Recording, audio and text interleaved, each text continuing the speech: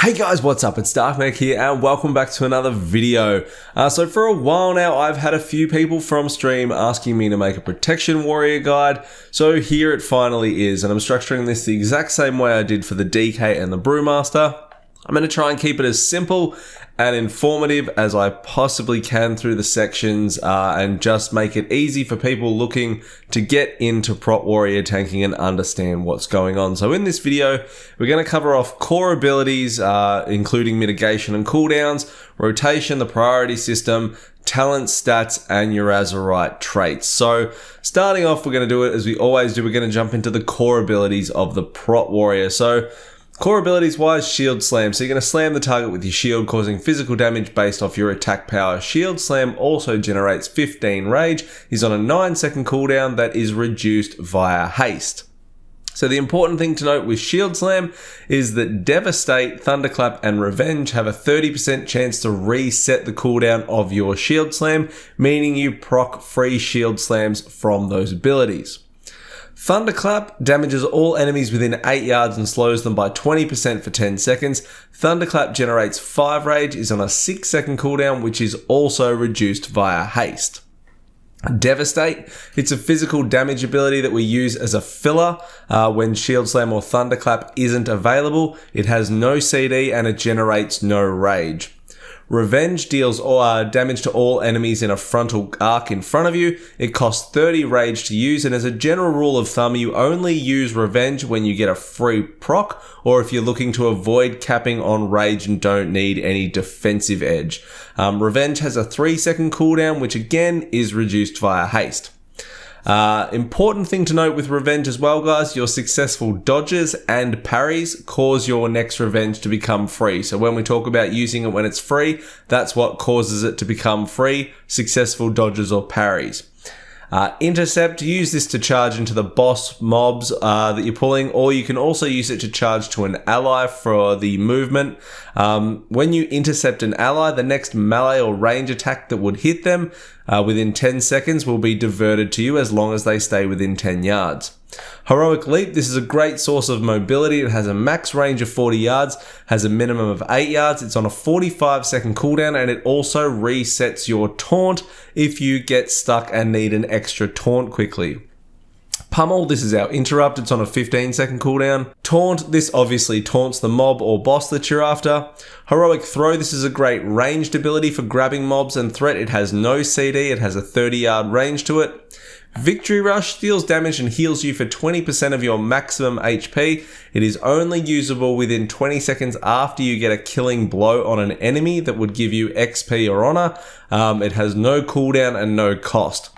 Berserker Rage removes and grants immunity to fear, saps, any incapacitative effects for 6 seconds. It's on a 1-minute CD. So they're basically the core abilities that are in the Warrior Toolkit. We then move into some of the crowd control aspects. So you've got a Shockwave, which stuns all enemies in front of you for 2 seconds on a 40-second cooldown.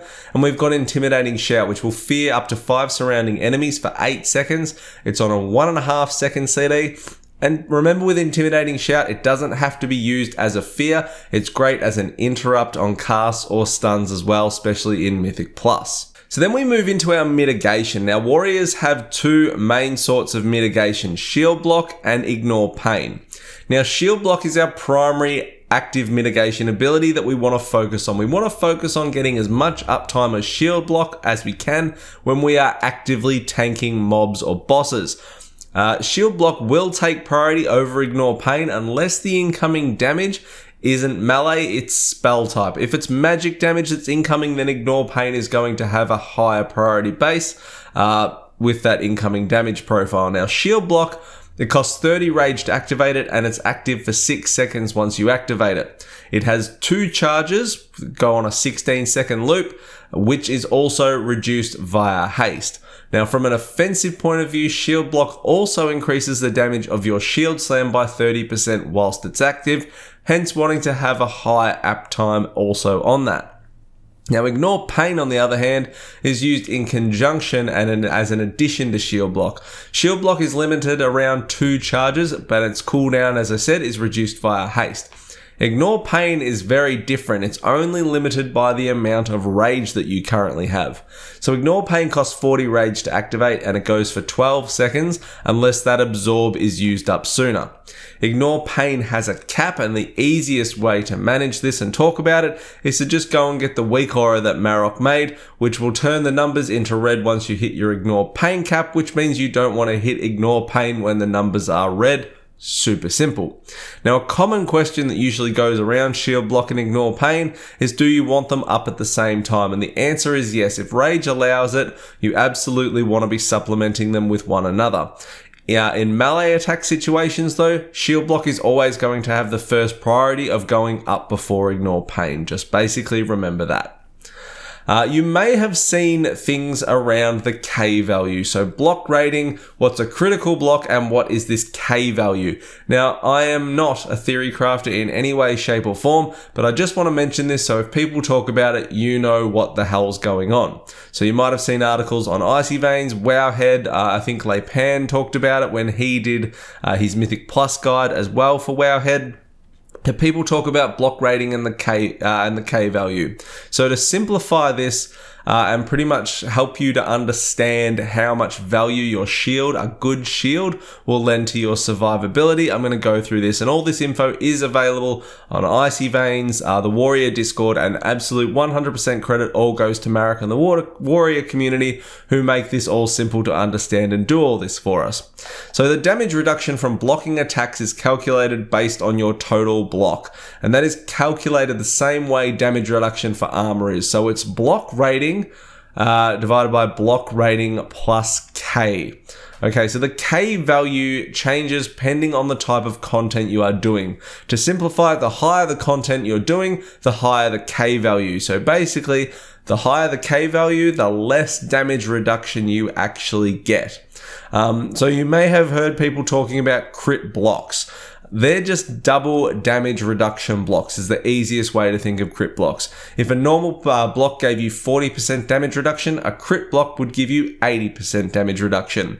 There's a cap on crit blocks though. It can only go up to 85%. It can't exceed 85%. So if you got your block rating up to a 50% standard block where you're getting 50% damage reduction from block, crit block wouldn't be 100%, it would cap out at 85%. So when you look at your shield and you can see that there's a block stat on your shield, that's where your block rating comes from. And certain Azerite traits will have a boost to that, but majority of the time, your block rating is going to come from that block stat on your shield, and that all goes into determining that block rating with the K value and things like that. So basically, in a nutshell, that's what it is if you hear about it. What does it actually mean? It just means that a good shield is worth an absolute shit ton to your survivability, and if you can ever chase upgrades for shields, you should be doing that because it's going to have the largest impact on your survivability versus probably any other piece that you're going to upgrade. Warriors have been super lucky this tier in regards to having the mythic champ shield dropping straight off the first boss, which is extremely easy to pug. If you haven't been doing that, get on it. So moving into cooldowns, guys, and that side of things. So cooldowns, last stand. This increases your max HP by 30% for 15 seconds and instantly heals you for this amount. So coupled with the talent Bolster, last stand is a really powerful cooldown in the Warrior toolkit. Activating last stand with Bolster means your block chance has a 100%, means you get a 100% block chance for the duration of last stand, which is 15 seconds. This is absolutely amazing in situations where you have 0 charges of shield block and need to fill the gap, or you've got large incoming damage that you need to survive. Last stand is great going into large pools where you need that extra health to survive straight off the bat.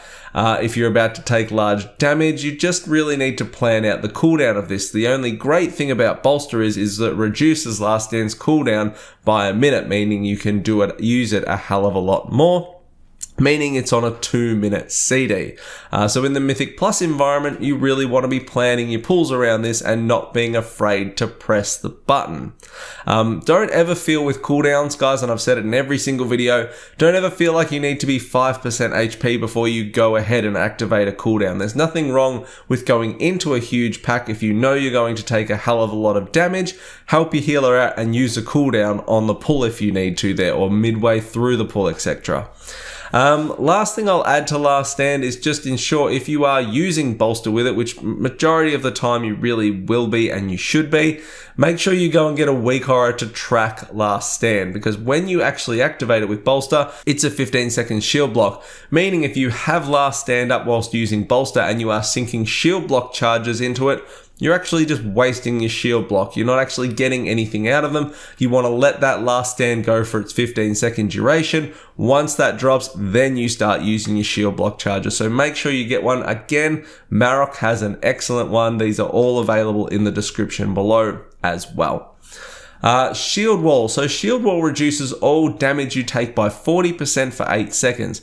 Pretty self-explanatory. It's our oh shit button on a 4-minute cooldown. Again, be proactive in this. Don't think you need to press it when you're on 2% HP. If you are taking an absolute battering going into a big pack that you know is going to be a lot of damage, or mobs, or if you've got a lot of mobs up and you've hit Raging as an affix in Mythic Plus, use Shield Wall. Demoralizing Shout. Demo Shout reduces all the damage of enemies within 10 yards of you by 20% for 8 seconds. It's a really powerful cooldown and it's on a 45-second CD. Now, Demo Shout can be used in 2 ways. You basically, at this stage, always going to be running the talent Booming Voice, and Booming Voice will cause your Demo Shout to generate 40 rage and increase the damage you deal to all affected targets by 15%. So the general use of this will be activating this to move into a large pull, popping your avatar and thunderclap spam combo, and doing some absolutely ridiculous damage while pumping out decent survivability as well. The other side of this is that you can save Demoralizing Shout for when you know a large bit of damage is going to be incoming around an ability or something like that, meaning you can use it in a purely defensive nature as well. Spell Reflect, this is exactly what it sounds like. You reflect spells that are cast on you, but you also gain a magic damage reduction from this. Spell Reflect gives you 20% magic damage reduction for 5 seconds, and it's on a 25-second CD. There are a number of spells in the Mythic Plus dungeons that you can reflect, and I've included the list again from the Warrior community in the description below. This is one of the huge factors that makes Warriors so viable and so highly sought after in Mythic Plus dungeons. Under Rot, for example, you can basically one-shot the ad by reflecting one of the Blood Bolts. Waycrest Manor with Lord Waycrest, you can reflect the Wasting Strike, and at high keys you are pumping back a hell of a lot of damage into the boss. Rixer in Motherlode, you can reflect Chemical Burn. The Fuse Light or Fuse Fire or whatever it is on the Barrel Boss in Total Gore, you can reflect that as well. So get familiar with what you can reflect. It is a big advantage to being on a prot warrior. Avatar increases your damage dealt by 20% for 20 seconds. It's on a 1.5 minute cooldown. However, via the talent Anger Management, you're actually going to see Avatar being up around every 45 to 50 seconds probably in consistent environments. It generates 20 rage. It removes all roots, snares that are currently on you. It's on the GCD, so you have to factor that when you are running in to activate it, but it is an extremely powerful cooldown in the Warrior Toolkit, especially coupled up with Bastion of Might, which we'll talk about when we get to the Azerite section. Rallying Cry grants 15% temporary and maximum health to all parties or raid members in your group. For 10 seconds, it's on a 3-minute CD. And the last thing we bring to an ability, which I've just shoved in here in cooldowns, is Battle Shout. So we bring a group or raid buff called Battle Shout. It gives attack power to your group and makes them do more duppers. So the rotation or priority system, guys. So basically, our priority system is to cast Shield Slam on cooldown. You want to be watching out for your resets that you're going to get. Remember that 30% reset chance from Devastate, Thunderclap, or Revenge, but every time it pops, hit it.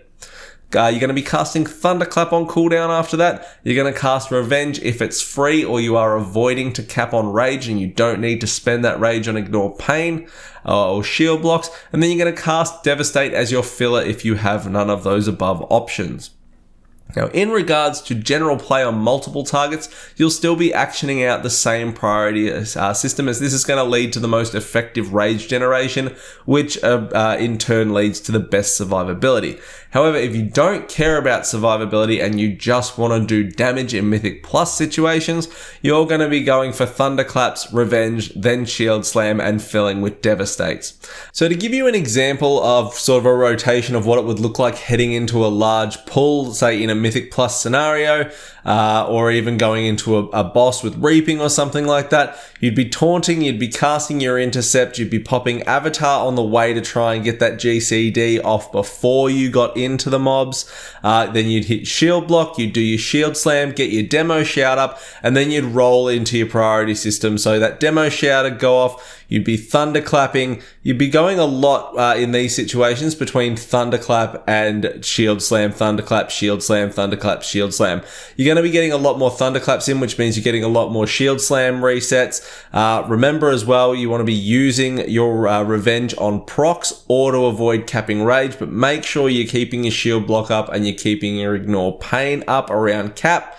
And you just want to keep filing through your rotation. There's not going to be a hell of a lot of Devastate fill though when you are in that Avatar spam. It's going to really bounce between Thunderclaps and Shield Slam. Remember, your Thunderclap's going to be on a 2-second cooldown and you don't want to miss that. You want to keep rolling that through as well. So Thunderclapping every time it's up when you're in your Avatar window.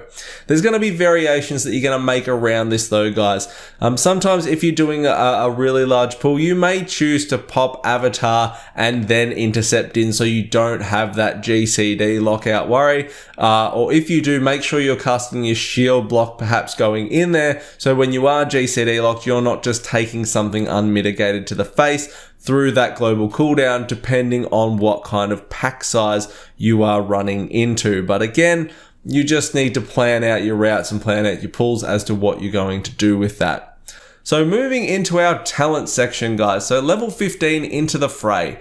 This gives 3% haste for each enemy or ally within 10 yards, up to 15% haste, so a maximum of 5 stacks. This is going to be the default pick in the row. The haste provided from Into the Fray translates into greater shield block uptime, which leads into greater survivability. It leads into more damage, because remember, so many of our abilities are reduced via haste, and it works off enemies, it works off allies, and it works off pets. So there's no other choice in this row pretty much. Just pick Into the Fray.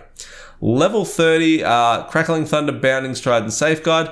You actually get some choice here. So Crackling Thunder increases the radius of your Thunderclap by 50%. Bounding Stride reduces the cooldown on your Heroic Leap by 15 seconds and gives you movement speed after using it. And Safeguard causes Intercept when used on an ally to transfer 30% of the damage they're taking to you for 6 seconds. So Crackling Thunder is a pretty good default dungeon pick in regards to making it easier to pick up large packs. In a raid situation, you may see real use out of Bounding Stride with the added mobility and the speed. And Safeguard has some great application in certain dungeons, mainly King's Rest with heavy ticking dots. So things like the Golden Spit, the Drain Fluids, and the Axe debuff, you can intercept who they go on to try and help smooth out the damage for your healer. So Safeguard plays a great role in that, and there's some actual choice on that row. Level 45 is always going to be Unstoppable Force. It increases the damage of your Thunderclap by 100% and reduces its cooldown by 50% while Avatar is active. This is the default winner on this row. The amount of damage that comes from this talent is one of the reasons why Warriors are so stupidly strong in Mythic Plus at the moment. And even when the nerf to Unstoppable Force comes in, we're only going to see about a 6 to 10% reduction in damage. Now this is obviously significant. 10% is nothing to laugh at in a reduction to damage. However, Warriors are still going to be stupidly strong in AoE, and I can't see at the moment anything really knocking them off the perch unless something far more significance comes in 8.2 in the way of a nerf. Level 60, Bolster's going to be a pick here. Bolster reduces Last Stand's cooldown by 60 seconds, so puts it on 2 minutes, remember, and creates Last Stand basically into a 15-second shield block. coupled up with the fact that it turns it into a 15-second shield block and reduces the CD by 1 minute, it's really hard to justify taking anything else in this row. I've experimented around taking Never Surrender in dungeons like Motherlode and Fortified Shrine. Motherlode mainly with Rixa. Rixa on a high Tyran really wrecks you as a prot warrior. And I didn't think it felt bad, but it's obviously lends itself to a very niche situation. If you're finding yourself at low levels of HP very, very, very consistently, you'll probably get some value out of Never Surrender. However, being able to activate Last Stand a hell of a lot more often throughout a dungeon, I just don't know if you're getting much more value from taking something like that over just default picking Bolster every time. Level 75, Rumbling Earth and Stormbolt are your picks here. Rumbling Earth reduces Shockwave's cooldown by 15 seconds when it hits 3 targets, meaning that you have a stun, every 20, it's on a 40-second cooldown, reduces cooldown by 15. Use big brain maths, 25 seconds, meaning you have a stun every 25 seconds, which is really valuable. It's going to be your general go-to unless you've got a large amount of AoE stuns in your group and things get on DR very easy. Then you can start looking at Stormbolt just to have that extra stun outside of those large AoE situations where you get a 4 stun on a 30-second cooldown. It's great for interrupting channeled abilities and things like that on single mobs where you don't want to burn an AoE stun. So bouncing between Rumbling Earth and Stormbolt I think is the best way to go.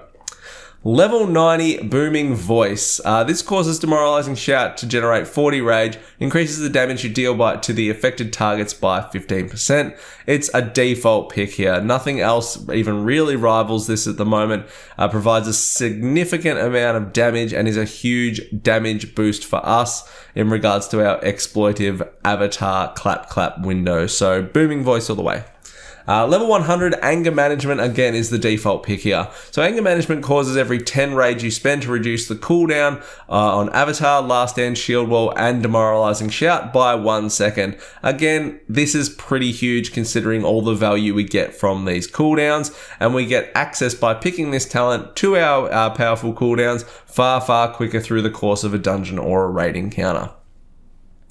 Now, stats-wise, guys, so what stats should you be chasing? Now, to keep in mind when it comes to warriors, secondary stats are actually quite close, and the easiest sort of general rule of thumb here is to just take eye level over secondary stats. The reason being is that secondary stats are actually so close together in regards to their stat weights.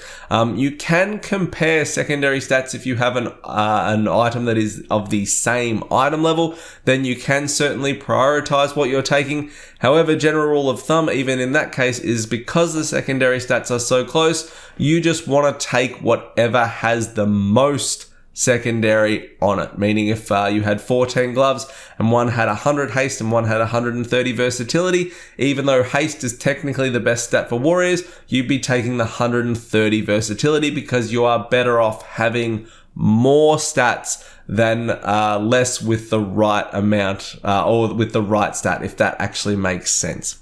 The technical stat priority for warriors is haste, versatility, mastery, critical strike. Haste has a number of benefits to it that we've already kind of discussed through this. It reduces the cooldown on Shield Slam, Thunderclap, and Revenge, which leads to larger rage generation, leads to larger damage. From the other side, it reduces the cooldown on Shield Block as well for the recharge, which gives us greater control around our damage reduction, obviously. Versatility is just an all-around really solid stat. It increases all your damage and healing done, also included in Ignore Pain. It decreases your damage taken. It's a solid functioning stat. It has great value in magic damage, as warriors are actually really deep at dealing with magic damage. And if you were dealing with magic damage fights, you would actually want to prioritize more versatility. Mastery increases your attack power and your chance to block and critically block. It also increases the size of your Ignore Pain. Critical Strike provides parry. The issue with crit from a defensive value is that it's just not reliable. It's very RNG and it's affected by diminishing returns.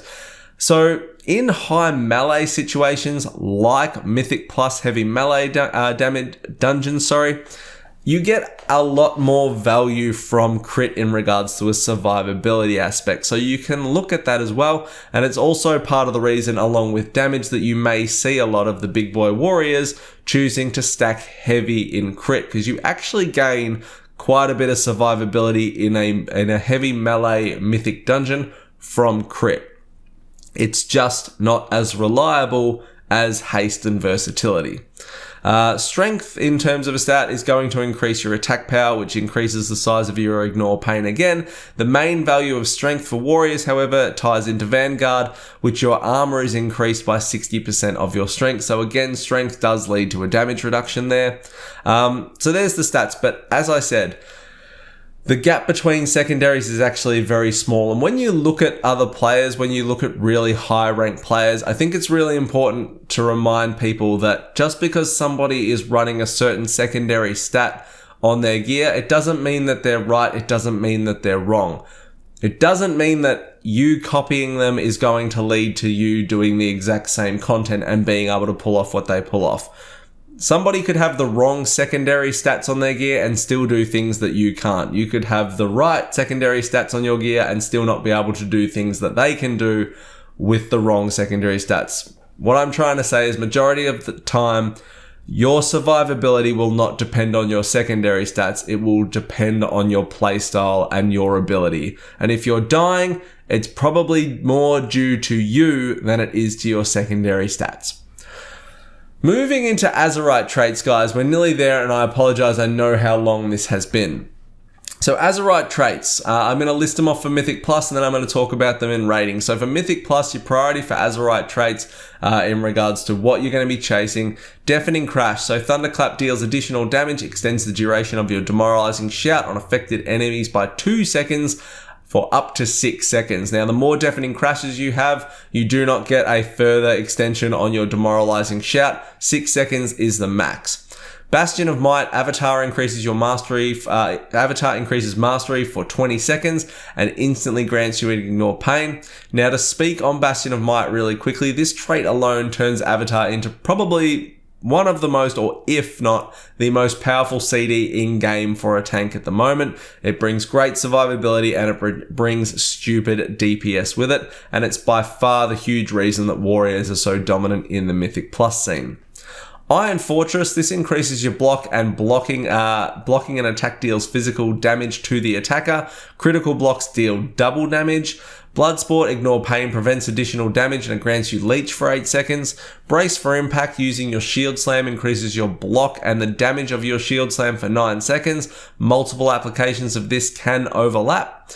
Callous Reprisal, revenge deals an additional damage and reduces the damage the enemies deal to you by 0.5% for 8 seconds, and it stacks up to 3 times.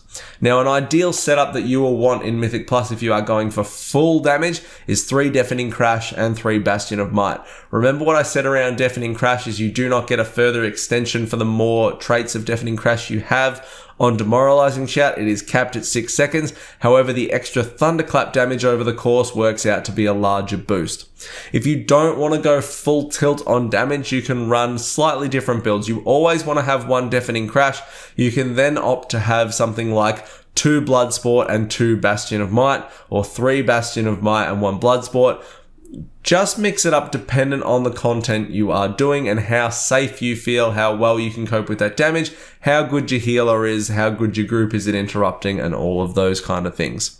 For a raid setting, you'll be wanting 1 Deafening Crash, then you'll be wanting to prioritize Brace for Impact over Bastion of Might. You get a lot more value out of Brace for Impact in a raid setting than you will over Bastion of Might. Then it's Iron Fortress, then it's Bloodsport, and then again on the bottom is Callous Reprisal. In a raid setting, as I said, you just don't see as much impact from Bomb as you will getting more shield slams out of the bonus that comes from Brace for Impact. Moving into your inner rings, in regards to a priority order from a theory crafting perspective. And again, I think with theory crafting, sometimes you do have to take into account your situation. This is in perfect settings. Life Speed, Crystalline Carapace, Blood Siphon, Blood of Shielding, Winds of War, Earthlink, Elemental Whirl, Overwhelming Power, Azerite Veins, and Unstable Flames. Now, if you are chasing higher crit builds, you can certainly prioritize Unstable Flames up far higher than this. For inner rings, you're going to be looking at Gemhide, Impassive Visage, Resounding Protection, Bulwark of the Masses, and Vampiric Seed. Now, Bulwark and Vampiric Seed would actually take a higher priority in Mythic Plus. Vampiric Seed's actually quite good in Mythic Plus. Bulwark is a must-have in Mythic Plus, and Gemhide pretty much has 100% uptime as well through Mythic Plus, doing decent levels of content. Now, I just want to finish off when talking around Azerite traits and things like that around leech builds, because leech builds been a pretty common meme lately floating around in the warrior community, and some people love them and some people hate them.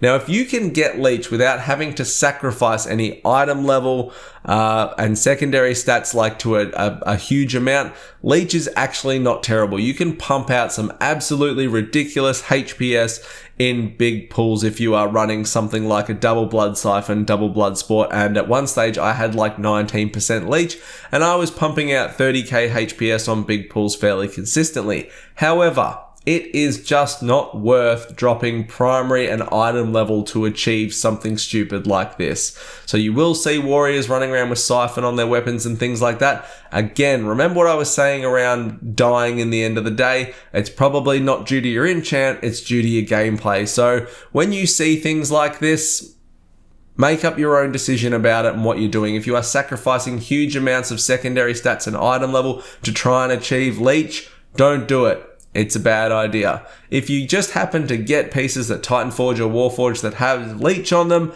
feel free to rock them and you can actually get some added value towards your survivability from doing that, but only in those cases.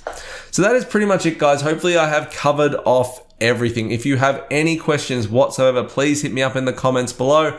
Remember, all of this information can be found Warrior Discord, Icy Veins. Marok is a ridiculous theory crafter, extremely active and puts out a ton of information for Prot Warriors. When I swapped over from Blood DK to Prot Warrior for Mythic Plus, I found all of his info extremely helpful. And if you want clarification on anything or a further, more in-depth understanding on anything, I highly suggest that you check out all of his content and his information. So thank you very much for checking out the video, guys. Come find me on Twitch, come hang in the Discord, and I'll see you all next time. Like, comment, subscribe. See you, fam.